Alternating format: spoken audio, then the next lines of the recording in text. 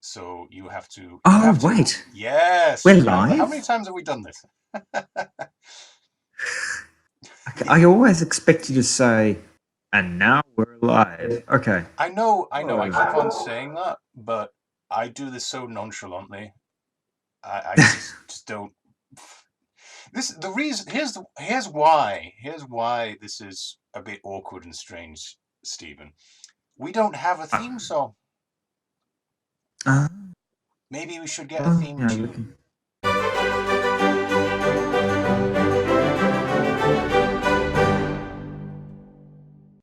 Yes, we have This, people watching today. Hello. Can everyone hear Stephen? Can Ew. everyone hear me? I sincerely hope my sound is not awful like it was last time. I can hear you. Is it awful, Alex? You can tell me. Be straight with me now. Well, the little green lines going up and down, so everything seems to be good, and no one seems to be complaining. So, yeah, thank you for Excellent. joining us, Nathan. Thank you for joining us, John.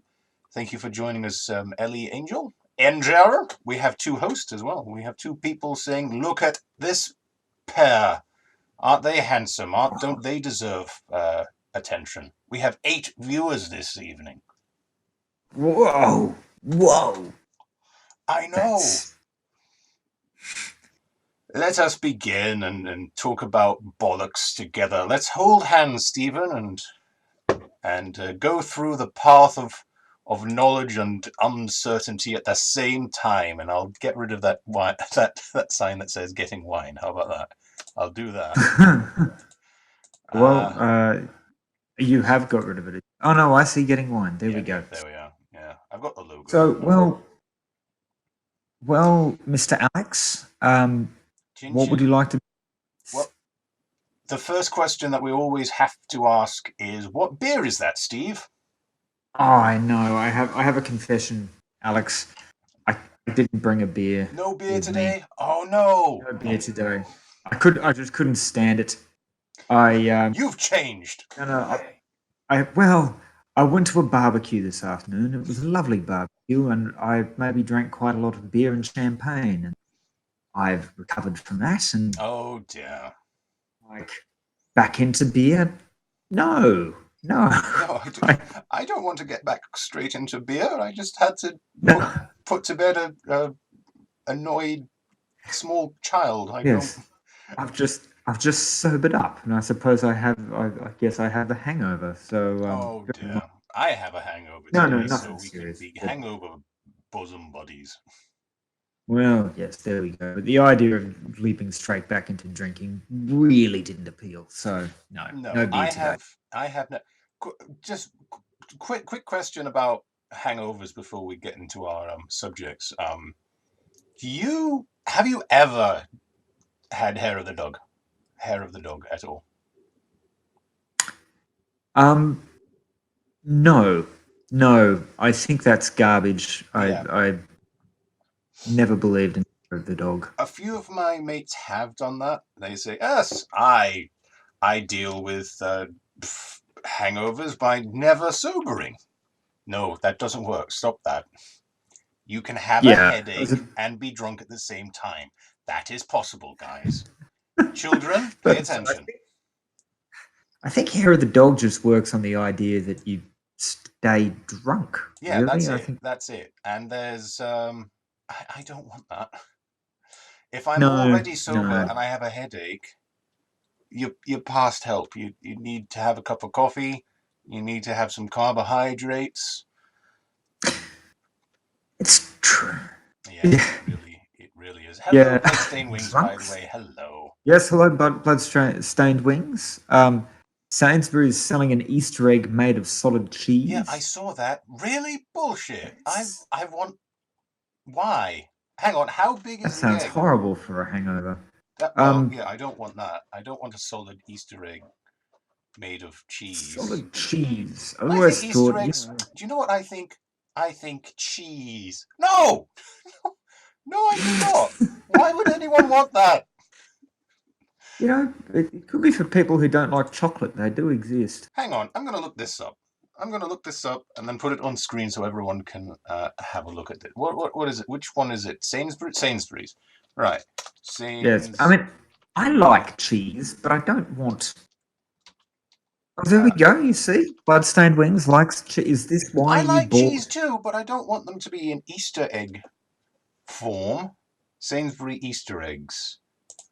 All right, 172 Sainsbury's grams of cheese? cheese I mean, Easter it eggs. doesn't like I have cheese on crackers or on bread or on things. I Oh my just god, why does this exist?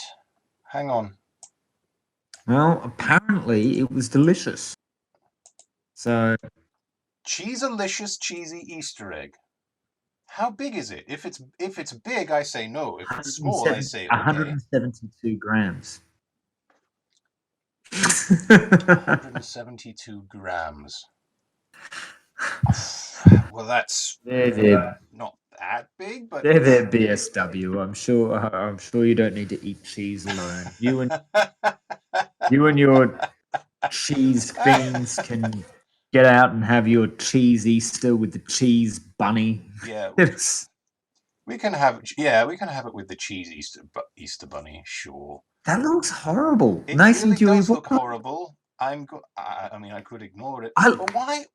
I like Why? cheese, but that doesn't look like cheese. That looks like cheese in the same way that singles are cheese. Yeah, it's like Or a giant cheese. it just looks like plastic. I'm just so curious now. This looks like processed cheese. I want it. I want to try this out. You This want could it? be my new Well, ooh. you can try it out. You can try it out. Apparently, it comes highly recommended. It's high. So It's highly recommended. absolutely Sure. delicious. Oh, Nathan, you are just increasing your standards here. You've started off telling us about it, and then it's delicious, and now it's absolutely delicious. I Yeah. mean, Well, at this rate, cure cancer. you know what? This Sainsbury's cheese Easter egg useful for curing cancer. Sure. Well, Nathan, I tell you what, because you pointed that out, I'm going to have one next week. If we have a show next week, we're going to have it, and we're going to see what it's like. And if I don't like it, I'm going to blame you. So you're welcome. That's Right. a fair comment. You We've choose got a delicious Easter egg of cheese. the whole concept just makes me go, I simply must try this. This is so stupid. I want this now. Where shall we start, Mr. Where shall Mr. we Mr. start? Steve? Well, last time we started with me talking, with a whole lot of plays that I'd seen recently. Yes. Talk about. Did you want to talk about Occupy White Walls? Oh yes, we talked about about a month ago. You mentioned that, and I said, "Ooh, I shall purchase and play this game, and I shall talk about it next week." And 1 month later, finally, we get to play. It's true. Yes, I would love to talk about White Walls. First of all, you've played it as well. I have played it as well. How did you find it? It was. I found. As in, what did I think of it? Yes. Yes. Look, I really loved it. It's not bad. Became. I. It's kind of like it's made with the Unreal Engine. There's a screenshot of it there. Kind of like Minecraft for art galleries. Yep. So Exactly. what happens is you create an art gallery. This is Alex's art gallery, and you can design, in any design you want. He's done this sort of what architectural design is that, Alex? It says on the detail. It says on the description Georgian. It's some sort of green Georgian. Okay, position. so Georgian at least green. The walls are. Yes. Yeah. And then you select your artworks and you put them up, and then you go and see other people's art galleries, and basically your art gallery gets money based on the number of people who come and see it. Yeah, that's the thing that I wanted to point out. It's not just a free for all. There is some form of playable element. There is a game attached to it. So depending on how many people come and have a look at your stuff, depends on how much revenue you get. So therefore you can expand. So yeah, that is the game element to it. And so that in turn makes it a very nice playable game. It is cool. I do recommend it. Yeah. I would suggest it as well. This is the game that I've always wanted. This is the game that I've always wanted to make as well. I was thinking, oh, what? We should explain, by the way, that all of the artworks that you fill your art gallery with are real artworks. Yes. They're, you know, And that they're is not. the gallery portion of this game. That's not so much a game per se, more like an interesting hobby. That's the best way to describe it. It's not unlike, as you say, Minecraft, meaning to say you have to find your own projects to do. And that is the gallery portion of it. You genuinely feel like you are in an art gallery. So if you go to another person, you can go to other players' galleries, and you can see what their tastes in art are. And you can also just directly look at a painting and say, I want to learn more about this. I want to learn more about this artist, and that's the wrong direction. You'll find how funny that is in a second. Sorry about that. So this is the stuff that I've put up. This is, yeah. You did not put that up there. No, I didn't. I didn't put Peter. All right. I think I better explain that accidental image because it kind of needs explanation. I said, "Oh, I need to create a hero to sort this Brexit shit out." So I did this Photoshop image of a combination of Captain Britain, Captain Doctor Britain. Who, and Malcolm. So yeah, that's just a gag that I wanted to point out that I accidentally showed. Anyway, so this is my gallery that I did in my. Yes, to answer Nathan's question, I don't know if the Mona Lisa itself is one of the paintings, but it would surprise me if it is. It is in there now. It is in there now. I've had a look at that. So they have eventually put the Mona Lisa in there. Depending on how what your level is, meaning to say how many paintings you own, depends on what you can acquire, what sort of things you can acquire. So presumably, if you have a gigantic gallery, finally you can have the Mona Lisa as a centerpiece, which is an interesting game mechanic. I like that. But as a gallery perspective, this is great. This is a really great concept for a gallery. Get other people to make galleries and invite them and show stuff off. I've got as you can see, I've got a landscape room here. I've got Rubens' room here. I've got a Van Dyck room here. I've got a naughty corner here, which shows all the naughty paintings. There we are. Yes, I found your naughty corner. Because you walk in and there's all these Rubens, there's all this classical. Oh, that doesn't surprise. Now a complete room. But to say your naughty corner, it probably, yes. But I was amused because I walked into your gallery and it was like, oh, this is very Alex. There's lots of Rubens, there's lots of classical Renaissance portraiture, and yes, right, there's an entire corner filled with filled with nudes. I'm like, yep, this is Alex's gallery. Yep. And it was fun. What's also great is you can put up very contemporary artworks, ones that are done this year. In fact, this is I'm showing a picture of modern artists who uploaded their work. I still want to find out how they did that. I want to find out how their particular work got up there. Maybe it's because they worked up the chain in the game, or maybe they contacted the developers, or maybe they're just well known. I don't know. But anyway, this is my collection of contemporary artworks that you can find, which I particularly like. And there's a little tunnel aesthetic that I inserted because I think that looks cool. How Geiger. Very Geiger, yeah.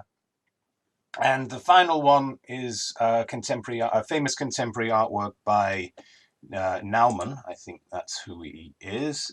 Bruce Nauman, yes, that's him. Which is a bunch of giant neon words that are put up, and I had to put that together bit by bit. But this is a reproduction of an actual contemporary artwork that was done in 1990. And I absolutely love the fact that you have the opportunity to create such bizarre, out of the way installments, which is never possibly possible in real life, but there it is, and it's a representation of an actual artwork. I just absolutely love that. And yeah, and there it is. I'm very, very happy about it. So it's a great, great program. I don't know if I should call it a game. Let's just call it a game, whatever. It's a fantastic game. So Yeah, the concept is to make it as big as possible until your computer crashes, which is what mine did. So, yes. So there we go. Occupy White Walls. I do like the name. Yeah. Recommended. Recommended, yes. Yeah. Yeah. So I saw your gallery, by the way, Steve. I hadn't put much on there. Which consists of one wall and one painting. And I thought, yes, this is quite minimalistic. I like it. I found it quite frustrating because I had in my head, so you don't know how big the paintings are going to be until they're on the wall. Oh yeah, that's another thing. Yeah, I so I had it in. I had it in my head. I'm like, okay, I'm going to make this wall look like this. I'm going to put them out like this. And I'm like, that painting and that painting and that painting, and I'll lay them out like this. And then it turns out one's huge and one's a miniature and one's, sideways. You're like, yeah. The thing is, while it does have the notes to the side saying how big the painting is, you can't really put it in your head how big it actually will look until it's right in front of you. So yeah, I didn't realize. Warning, but, yeah, after I put that up, and then I saw the notes, and I was like, oh, yeah. But then I was just kind of, this was frustrating me. So I wandered around and looked at other people's galleries, which I very much liked. So yeah, there was one that was like 4 stories high, which was amazing. The ring finger is painted. Well, that's what I got up to. That's cool. That's cool. All right. What should we move on to? I read a book. Did you? I read. Did you? I didn't. Yeah. Get out of here! Really? You read a book? You fool! What was the book, Alex? Shit. Sorry. He wasn't expecting that question. He thought he could just get away with it. I read a book. Oh, that's very good. Yes. I read books. I'm a book person now. We'll just move on. Never be. That reaction was not for the book, but yeah, that was funny. I'm trying to get rid of this. Oh, there we go. Right. So now let me just change that. There we go. Okay. Now I want to show you this particular book. It is very interesting. One of my favorite contemporary artists. His name is Sean Launders. Please refrain from the breaking thing. Okay, I'll try not to break things. One of my favorite artists is Sean Launders.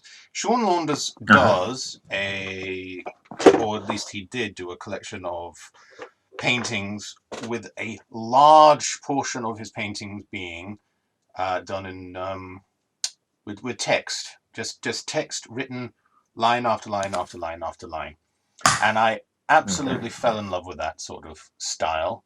And a good portion of my personal paintings, including ones that you bought, have got text involved, and I wanted to pursue that. And so Sean Launders has always been my kind of guy, and he wrote a book. I thought, ooh, Sean Launders wrote a book.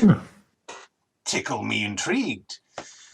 So what did he write a book about? I mean, it's very thick. So therefore, he knows his shit, right? Yeah. In the show Sick. notes, yes, Sean Launders sick. Now, in the show notes, you'll find that one of my my culture inputs, as I put it, said, "I read a book that's not a book." So this is the book that's not a book. The reason Oh, why there we go. the reason I Doesn't call it sick mean when you're quoting somebody else, they've made an error, and so you're quoting the error? that is an interesting way of putting it, and I wouldn't say anything that he said is an error. I wouldn't say he's being clever and representing anyone else. This is what the book is about. He wanted to write a book, so he wrote one. With no plan, no explanation, and all handwritten. So every single one of these pages is handwritten, and he's just making stuff up as he goes along. It's like this. I'm intrigued. It's like this for 450 pages. What the? I know. You're interested now, aren't you? This is. Have you read it? It's an easy read, which makes it a hard read. Okay. Meaning to say, there's nothing in it at all. He's just. Let me try and. Well, it's just stream of consciousness. Yeah, it's not. There's not even any paragraphs in it. In fact, he's talking about I want to write 100 pages. Oh, you know what? Maybe I should write 1,000 pages. It says okay. So I'll try and read an excerpt.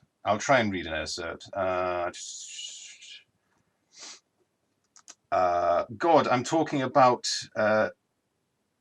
God, yeah, here we are. God, I'm talking about nothing again. I'm already sick of it, and I've got 95 pages to go. This is crazy. It's not about writing anything, just writing to survive, as if someone had a gun to my mother's head and demanded me to write 100 pages, or he'd shoot. That's what this is. 100 pages, or I'll shoot. I'm glad I wrote that, because now I'm interested in the idea. Write 100 pages, or I'll shoot your mother. Why not 1,000 pages, or I'll shoot your mother? I used to have these fantasies as a kid, but usually I'd have them when I had to force myself to do something like that. I didn't want to go to football practice, or I'd have a paper routine, or mow the lawn. I'd imagine the thing with my mother in a headlock with the gun to my head, or to demonstrating to do the paper, or he'd write on a shoot, and then the mother would write very quickly out of the love for my mother. I have similar malfunctions in my head today, conjuring the loss of my girlfriend, like if you have sex with another woman, your girlfriend will leave you. It works like don't fuck around. Just kidding, Shelley. She reads everything I write, you know. I mean, don't fuck around. I'm just because it's like this for every single page. So it's kind of stream of consciousness for 100 pages. It's like that as it's a stream of consciousness for 450 pages. Oh wow! Oh wow! So it's very postmodern. Yes, it was written in 1990. Was it 1990? I think it was, which is a very postmodern year. 1993. Yes. I think that was the height of postmodernism type stuff. And his paintings are like this as well. Just imagine that, but on the wall. So, and I'm not saying there's anything wrong with that. I think, it's a sort of unapologetic way of showing I'm not being pretentious in any way. I just want to show stuff. I just want to make stuff. I want to write stuff, even though that stuff is pointless. I empathize with it. I kind of get it. I'm not saying that there's anything good about it, but I kind of get it. And just constructing that. I just didn't. 400. Have you read all 450 pages? No, as I said, I gave up very quickly because he's not saying anything. It works well as an art. As an art. Yeah. It works well as an art. One art, please. Yeah, which is probably what it is. It really is. This is as I said, this is a book that's not really a book. It's more like a constructed piece of artwork. It is an artwork, and that's all it really is. It's an experiment, and I like the experiment. It doesn't work as a book, but he wasn't trying to do that. I'd suggest it, Steve. Maybe you could get through it. I'm not entirely sure why I would subject myself to this. You should totally read it. He doesn't do anything but ramble for 450 pages. Yeah, it's cool. It's like Big Brother, the book. Yeah, you should read this. Why? What does it say? Nothing. Or I would just like not read it and achieve exactly the same end. Isn't that? And then I would say, "My God, you're right. You're a genius." It does sort of feel like, yes, I get the artwork, I get the idea. I don't. But like. You don't need to read it to get it. I don't need to read it, and I certainly don't need to read 450 pages of it to get it. I remember when I was on the radio for the first time, and I was a guest for like half an hour for my particular art segment, and I realized this is ridiculous. Why am I doing an art segment on the radio? This is stupid. Then I realized, no, I don't need that. There's a lot of artwork that you can just explain, and it fulfills the same. Well, actually, no, it doesn't entirely explain the same purpose, but for a good portion of them that I had to explain, yeah, it performed a similar construction. Sorry, I liked Nathan's comment there. I don't need to read that. I love that. I live that in my own brain. Ha ha. Oh God! I think everyone does. A lot of life comes down to editing. Oh no, most communication comes down to editing. That's what I'm going to go with. That's a beautiful way of putting it. Yes. So, but yeah. So I read a book that's not really a book, and I played a computer game that's not really a computer game. Which I think of the best way. The game that's not really a game is more like Mountain, which I also mentioned. Yes. Yeah, that's right. Yes, you've told me about Mountain. You are a mountain. And the guy who made that has gone on to make some quite popular games. I think he had a breakthrough hit, but I can't remember what it was. If you throw enough shit at the wall, eventually something's going to be interesting. Yeah, I think he did this game called what is it? The Theory of Everything, and it was basically a philosophy game based on this British philosopher, and the concept behind it was that I haven't played it, but speaking of artworks, you don't actually need to see; you can just have them explained to you. But it's basically planet Earth, and you can move to play anything on Earth, from a mountain to a tree to a rabbit to a blade of grass to, and you just sort of, keep shifting scales like that. And as you do it, he plays this, philosophical commentary, basically. I want to play this pointless game now. This sounds amazing. Well, I'm sure I could. I will. I'm sure I could. No, it's okay. I'll look this up and I'll play it. And it was quite popular. It got floated around a lot. Hang on, I'm just looking on my phone because when I type on the screen, By the way, Nathan, I agree. Everyone's brain is twat waffle, but I don't agree with that. I don't know. I think it probably, in a sense. That I have read that is much centered in philosophy, and it's a bit trippy. It's called Sophie's World. Really? Sophie's World. Is that like Sophie's Choice? Yes. Is it like Sophie's Choice? I don't know. I have not heard of Sophie's World, so I couldn't tell you. Everything. Here we go. A second game, Everything. Yes. It's a video game called That's the It's just game I called was talking. Everything. Nice. Okay. I think I've heard Yeah, of it as well. I'll have a look. and who was the name of the British philosopher who's he's got a lot of Alan Watts, whom I've never heard of before. So anyway, there you go. Nice. So speaking of games that aren't games, okay, all Oh right. wow! You're getting into an argument with someone on Steam over something dumb. Oh, Lord. Tickle me intrigued, Stephen. Oh no, I feel silly. Oh, this please. is only of interest, not because of the. I mention this not because the subject matter is interesting. It isn't. It's sort of people are funny. Everyone's funny. Just sometimes everyone's brain is twaffle, and sometimes they argue about twaffle. So hang on a minute. So we've played a game that isn't really a game. We've read a book that's not really a book, and now we're doing an argument that's not really an argument. That could be it. This is a very philosophical episode. Sophie is getting postcards from a man who is teaching her philosophy in the postcard. And then it gets self-aware to the point where the guy says next chapter and the next chapter starts.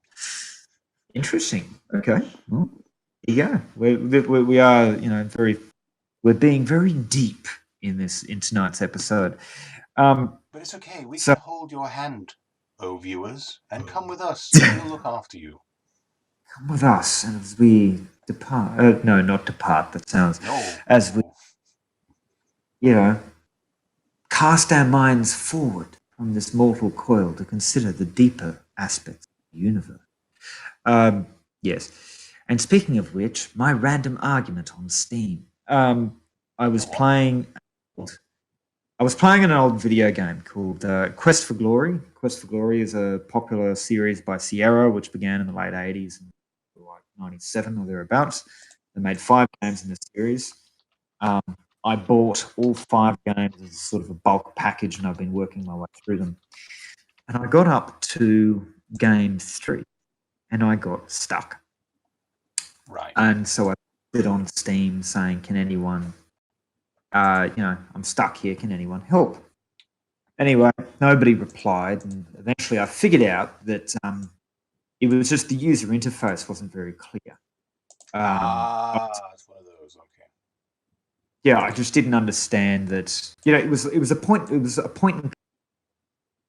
but the verbs weren't very clear. So you had to use it a certain way, and it would be tell about as opposed to ask about. But it doesn't matter. The point is that eventually I figured out, and I went, oh, that's it. So being a good citizen, I hopped onto Steam and I answered my own post. If anyone else has the same problem, this is the answer. What a horrible user interface. And next thing you know, I got into this massive fight with somebody defending this game's user interface from 1992. And these things happen, Steve. It was just, and I was just looking at it going, so hang on, let's get this straight. You couldn't be bothered to answer my question, but you can be bothered to defend the user interface for a 30-year-old game. Like it's just strange.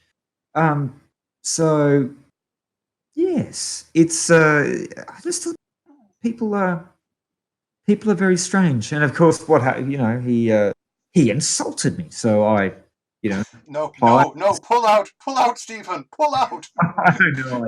Don't go any further. He was going, Stephen, are you coming to bed? Shut up! Someone's wrong on the internet.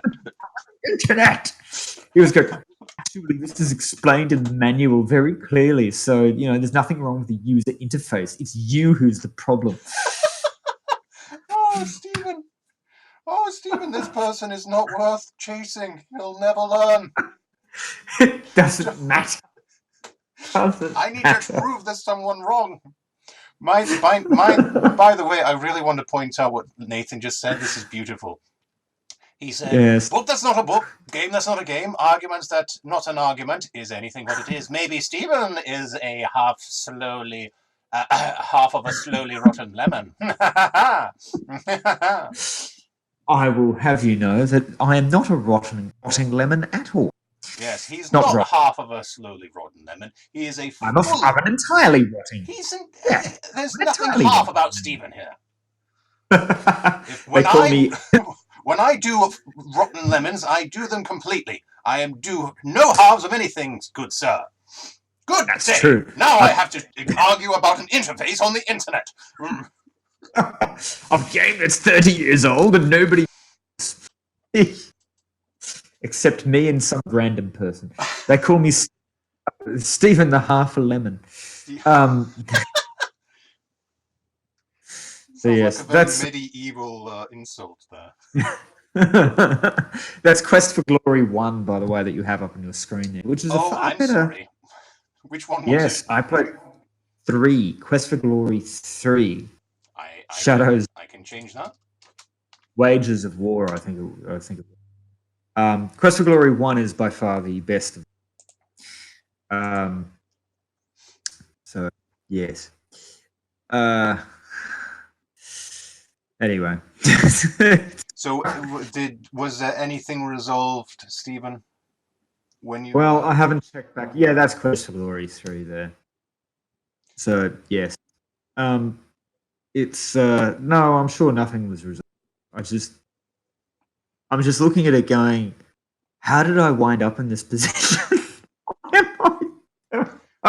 Steve, it's a look. So maybe there's a very good chance that you were arguing with a 13-year-old, Steve. I don't think so, because I mean, if it's a 13-year-old game, yeah, I'm playing it because it came out when I was a kid, and I never got the opportunity to play it then. So I bought. Yeah, but there's a lot of retro quote retro games are kind of in. So there's a lot of kids. Yeah, they're kind of in. I'm not kidding. There's a lot of kids who actually really do like the old-fashioned Mario 8-bit games and stuff. I know, but I'll bet more to the point what this is, that it's a 38-year-old guy who loved this game as a child and just couldn't bear to see anyone criticize it. Yeah.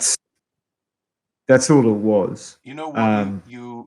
Your explanation makes way too much sense. Yeah, there's a very good chance that you were just talking to a man-child. So, yeah. Unfortunately, I argue with children all the time, mostly about bed. Yes. Yeah, good old bed. Yeah, that's a regular one. True. It's true. But you got yours to bed today, so that was good. Mission accomplished. I did. Yes, it always takes a little while, but I successfully did it. So, So, Steve, did you want to talk about any theatre productions that you've seen? I wanted to quickly talk about this thing that I got really no explanation about. Very quickly. Okay. But before I talk about something I know nothing about, maybe you'd like to talk about something that you know something about. Well, I have. There's one last topic, theatre related, which I'd like to cover tonight, but it's a biggish one.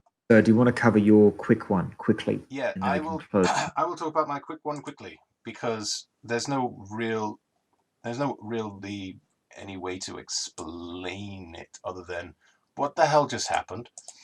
This painting is the most expensive painting sold on auction. I'm not saying it's the most expensive painting in the world because that's debatable. Who knows how expensive the Mona Lisa is? That's never going to be put up to auction, But yeah, that is valued through insurance money rather than gavel money. This has been valued through gavel money. Very rarely do paintings in this time period get sold. So, this is a rare opportunity to acknowledge this. This is the Mona Lisa's... no, not the... What am I talking about? This is Leonardo da Vinci's Salvador Mundi. And it was sold under the gavel. for a I very was just large wondering amount the of same money. thing, Nathan. Is this You a said man his... in a dress? Do you know what? Sure. Let's call him that. Okay. So And yes, it sorry, this went under the Da gavel Vinci, yeah. for $450 Mm. million. It's a huge deal. And it has quite recently gone missing. Oh no.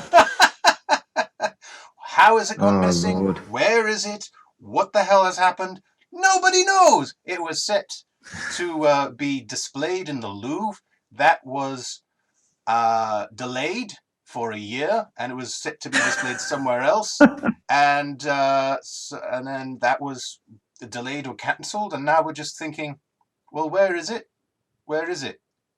Excuse me, owner, mysterious owner, where is it?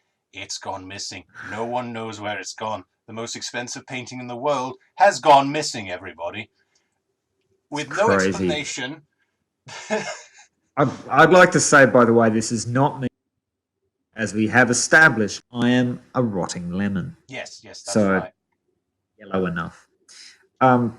Gone missing. That's well, I imagine what has happened is that the purchaser probably lied about saying he was going to put it on in the Louvre. Yeah.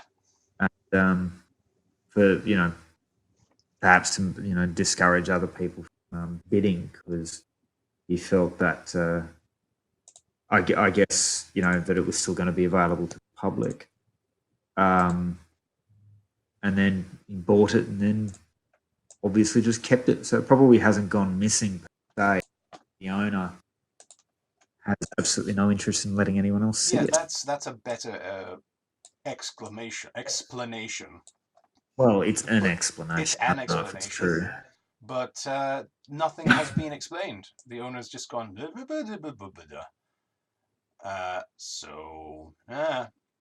No one knows what's happened.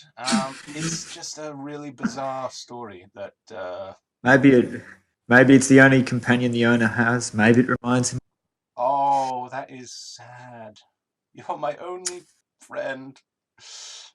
It cost me $450 million to purchase you, Salvador Mundi. That's a lot of money. That's almost $500 million. It is. I'm just trying to figure out how that works, because I mean that's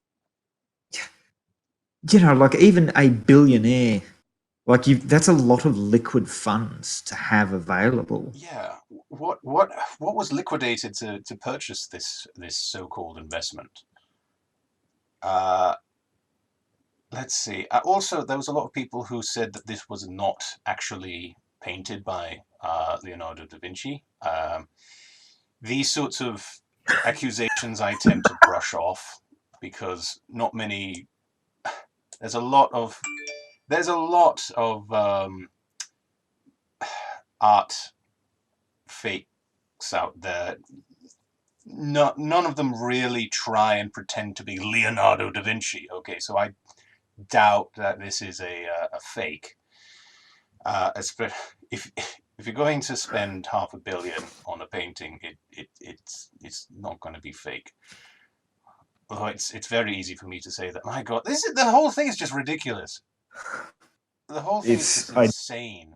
I would love to know who bought it, because the amount of money. Russian billionaire Dmitry Rubin-Lovin. Yeah. I don't know. Maybe he bought it. No. That was a person who sold it. Never mind. Okay. Yeah. Yeah, the person who bought it recently, I don't know. In his basement, next to a plate of spam and a blanket. You'd hope he could at least, spend all that money on the painting and at least have some cash left over for Uber Eats, maybe. But no. I know who did it. It was the painting was purchased on auction in November 2017 by Prince Badr bin Abdullah bin Farhan Al Saad. Okay. Oh, that guy. Where's that? Sure. Oh, him. Where's that? For the crown, who acted as a proxy for Crown Prince Mohammed bin Salman He's been named the new Saudi culture minister in 2018. Okay, so he's a Saudi man. All right then. That Still, explains the large amount of money. Yeah, but $500 million, like that is a lot of, even, like, that's a lot of money to have liquidated, to have liquid. That's the bit that I can't get. I can understand it being, a consortium buying it for a gallery or something, but, but an individual, anyway. Obviously, I don't mix with the right sorts of people. Yeah, apparently neither of us mix with the right sorts of people. That, and we're not Saudi princes. So, yeah. Well, that would do it. So that's my news. Yeah. Fair enough. That's my news that doesn't actually go anywhere. So Well, speaking of news, I have some theatre news you may have seen on the show notes there. Could resemble his ex-wife. It really does look like a man in a dress. It really does. It's the cleft chin. It looks. Although I'm guessing that it's obviously a religious figure. Is it meant to be Jesus? I think it's a Saudi Mundi. So what does that mean? God. I don't know. I know it's called Saudi Mundi. I thought that would be something that's kind of obvious, but it's not, and I'm glad that I'm not the only one confused by it. You know what? I could go and look this up. I suppose that's what I should do. But yeah, it's the chin. It's the chin. Butt chin. It's the chin that makes him look like a man. Makes. I don't think anyone actually knows who it is. Maybe it's supposed to be Jesus. Maybe not. It's clearly a religious action with the hand. And the long. I thought that it might be Jesus, but anyway. All right. Well, yes. Okay. So the last thing I wanted to comment on, which may or may not be a big thing. Did you see Geoffrey Rush's defamation case has been decided? Geoffrey Rush, that has been, he's been found not guilty or something like that. What's the deal? Sort of. So Geoffrey, I don't know where Nathan is from, but I'm assuming Geoffrey Rush. He won an Oscar, didn't he? I think famous Australian actor. He sounds like the sort of person who won an Oscar, probably for Shine. I don't know, because that was maybe. Anyway, he won it. Anyway, he's a famous Australian actor. He's a big deal, yeah. And he, I remember walking into work one morning. I opened up a newspaper, and here on the front page was a picture of him in King Lear, Lear, where with his makeup done, but the headline was King Lear, Leer. And this newspaper was saying Geoffrey Rush was a lech, basically, and that he'd been fondling his co-stars in Sydney Theatre Company's production of King Lear. And, of course, this is the era of, Me Too and, a large number of high-profile scalps. Anyway, Geoffrey Rush did what any lawyer will advise you to never do, which is he sued the paper for defamation. Oh dear, don't do that. Yes. How dare you spell Lear, Leer? Yes. That's not what it was about. No. Well, I suppose it kind of was. But so he sued them for defamation. Anyway, the newspaper said, well, there's a defense. Our defense of the defamation action is twofold. They said, number one, we're not saying you did any of these things. We're just saying that you're accused of doing them. And the judge said, yeah, there's a lot of truth to that when you read the article. However, it's somewhat undercut by the fact that you wrote King Lear all over his face on the front page. And, you also had a byline, which was Bard's bad boy. Whoa, okay. So that kind of carries a strong implication of, no smoke without fire. Yeah, That is very, I very didn't true. bother reading the article, but look, when you print somebody's face with that headline, yeah, it kind of implies that you're calling them, that you're saying they did There's it. a lot of sensationalism in Yeah, so the judge went, newspapers. yeah, I'm not having any, I'm not making anything of that. It's But their it's second, not a good idea to ignore allegations, but it oh, is a yes, of course, he was in, sorry, it's not a good sorry. idea to ignore allegations, but it's always a good idea to ignore the papers for Yes, sensationalism. You know, that's right. And of course, Geoffrey Rush was in Pirates of the Caribbean, Australian films. What is an international film he's been in? Pirates of the Caribbean, obviously. Right. yes.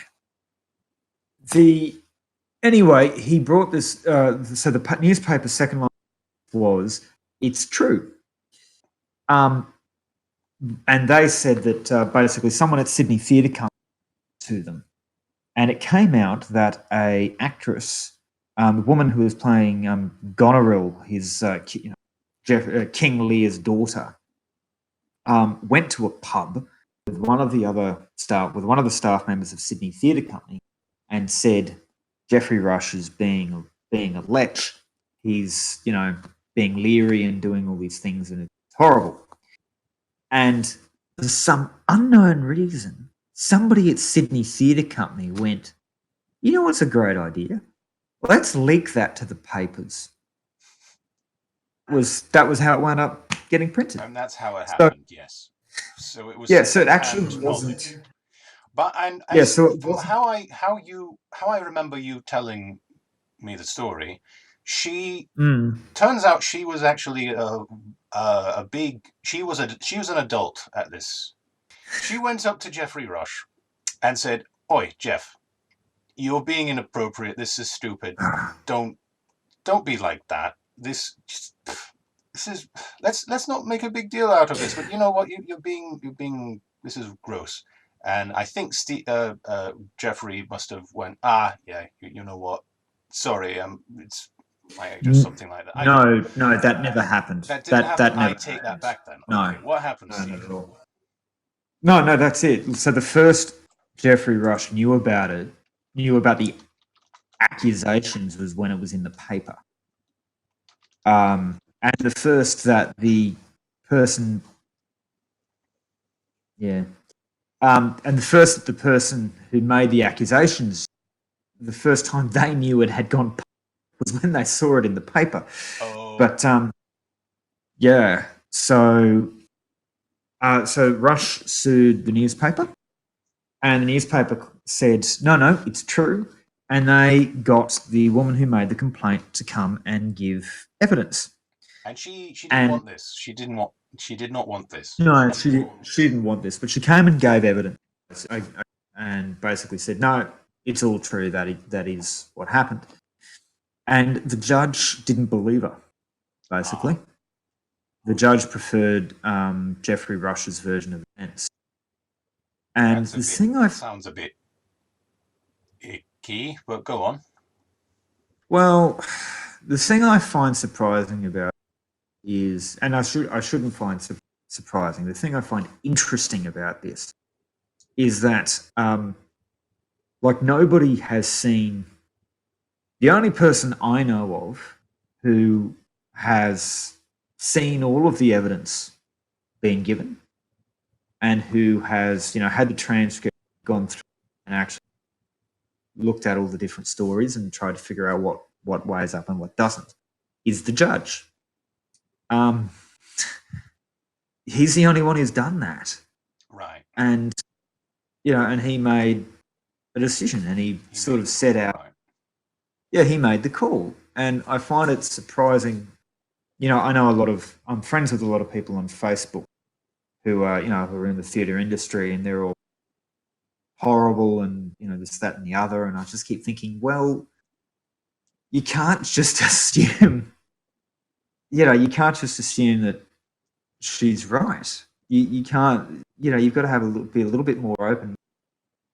And the judge didn't find that she was lying. He didn't find that she was lying. He found that she was exaggerating. She was exaggerating, right? Yes, that's what he found. So anyway, it's interesting. I haven't read the case. I have no real interest in reading the case, and I'm certainly not going to sit through and go through all the transcript of evidence. I've got better things to do with my life. But the point, the way this happened, the way this came out was because someone overheard someone in the pub saying, "Geoffrey Rush is filling me up." No.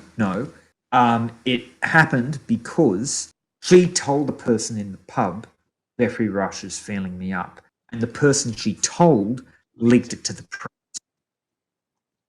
So the person she told, instead of going, "This is a serious thing, maybe the company should do something," maybe you should do something about this. Maybe you should go directly to Geoffrey and just say, "Hey, Jeff, this is inappropriate." No. Go straight to the press. Yeah. So I do feel very sorry for the woman who might as well, because she never asked for this. No. I just find it interesting, I suppose, how people automatically leap to conclusions on such matters. And to be fair, there are automatically assume that the woman is lying or wrong, and which is ridiculous. It's not a black and white case. Is that what you're saying? No, it's not. It's just, I suppose it's, false accusations. It's just, at the end of the day, you've got to hold your judgment, and you've got, hold back judgment and read the freaking evidence before you decide someone's guilty. I just don't find it that hard. Jeez, Steve, and then it's almost like you're a lawyer. Yeah.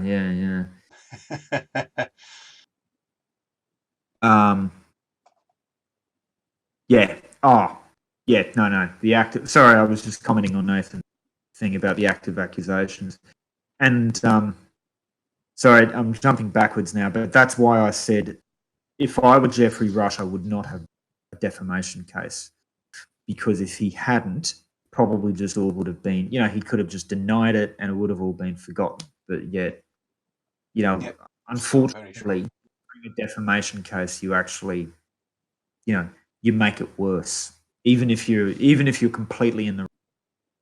But anyway, there we go. Anyway, the thing that we can get out of that story? Don't assume someone has been sexually assaulting someone. Don't assume someone's doing false accusations. There surprisingly is middle ground. Yeah, I guess when it boils down to it, consider the evidence and don't try and decide who's innocent and guilty before, Yeah, that's the thing about big court cases that the press needs to. There's a lot of court cases that become really famous, are in all the newspapers, but we can't really know the whole story because we aren't in the court. We aren't the judge. So it's really frustrating when I want to know everything, but I can't know everything, and the press can't know everything. It's just ridiculous. Well, remember, a lot of the time. Yeah. Trying to find the what? I'm just saying it's like trying to find the most expensive painting in the world. I don't have any information about that. No one does.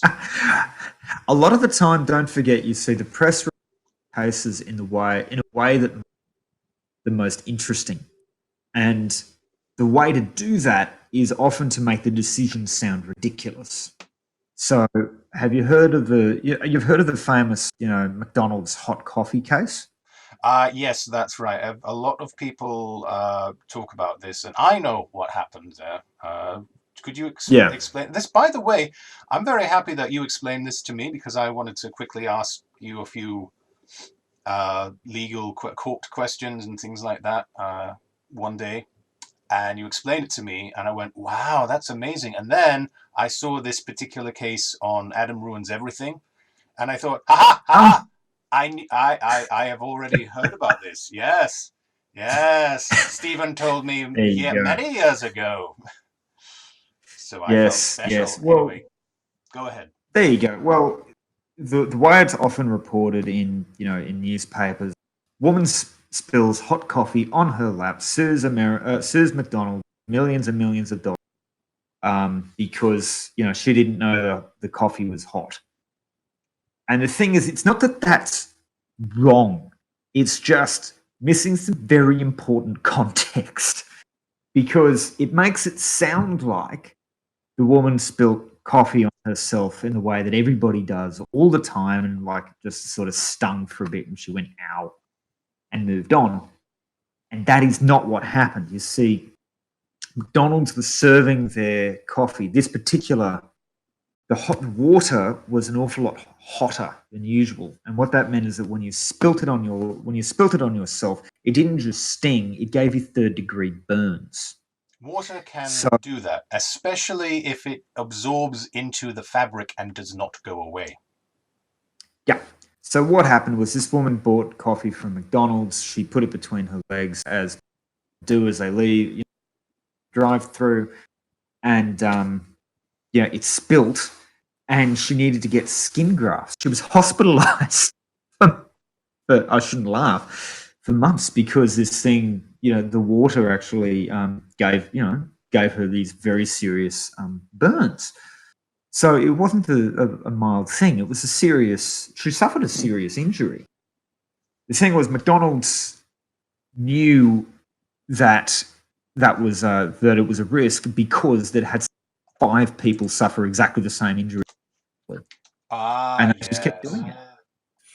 And so that was why she sued them. And the reason she got so much money is because when it came out that McDonald's had actually just been giving people, these, well, if you don't get medical attention, these horrific burns and just been going, no, we don't care. Yeah, they got fair, she did not ask for millions. She just asked for medical. It was her last point of reference. She was desperate to get money to help with her medical bills. America at that time. Yeah, she started off demanding McDonald's pay her medical bills, and they refused. They refused. So she went to court. And yes. One thing led to another, and she won all this money, which was decreased on appeal, evidently. Sure.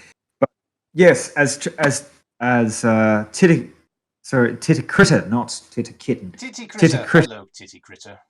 Hello.